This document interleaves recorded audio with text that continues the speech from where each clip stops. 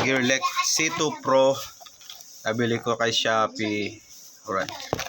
Na-try na namin siya. Almost 7 hours kaming bumiyahe.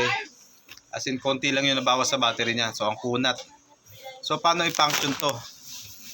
Once na nabili mo to, dalawa kasi to eh.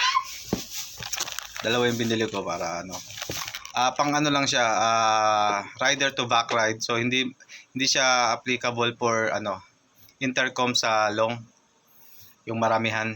Pero mas okay sa akin to kasi mas gusto ko solo lang ako, then may back ride yan. So paano siya operate? Okay, click mo yan. So red and blue may lalabas dyan, then double click. Long press mo rin to, lalabas yung green.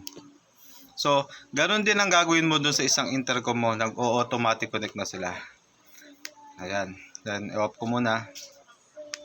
Then next is yung music sharing while intercom.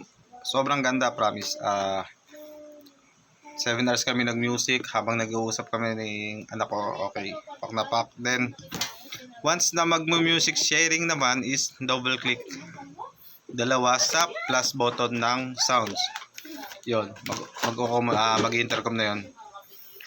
Hindi ko siya na-try sa solo cellphone. Kung magpapatugtog ka ng gusto mo, cellphone mo gamit mo. Ang ginamit ko kasi itong dalawang intercom na to is i-connect ko lang sa solo phone ko, sa isang phone lang. Yan yun. Overall, pack na pack, swabe. Yan. Thank you.